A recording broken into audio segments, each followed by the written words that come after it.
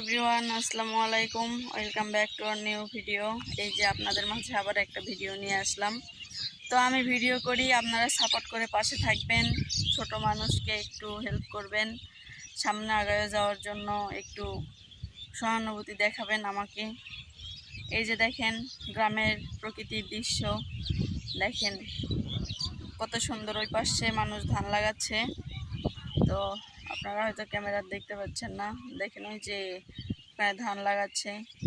আজকে আকাশটা অনেক খারাপ, আকাশটা ঘোলা হয়ে আসলো। সকাল থেকে বৃষ্টি হয়নি, মানে সন্ধ্যাবেলাতে একটু বৃষ্টি না হলে আর না হয় না, যার কারণে দেখেন কি বৃষ্টি হওয়ার জন্য পুরো আকাশটাই অন্ধকার।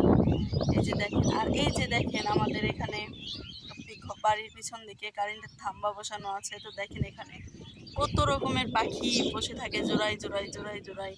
পাখির কিচিরমিচির আওয়াজ সারাক্ষণ আমাদের কানের কাছে থাকবেই।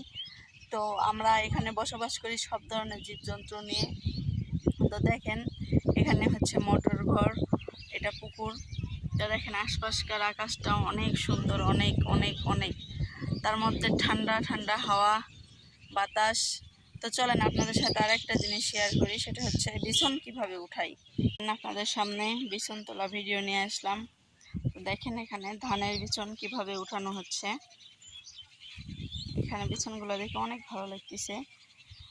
দেখলে তো গরু ছাগল পালে অনায়াসে খাই নিবে। দেখেন এইভাবে বিছন উঠায় আমাদের এইদিকে। আসলে গ্রামে থাকলে গ্রামের সব কিছু দেখা যায়, বোঝা যায়, সব কিছু দেখতে পাই। প্রাকৃতিক দৃশ্য আল্লাহর তৈরি কীরকম হয়। এখন বিছন উঠাচ্ছে, এই যে এখানে বিছন রাখছে, দেখেন উঠাই অনেক সুন্দর, সবুজ শ্যামল আল্লাহর তৈরি সৃষ্টি।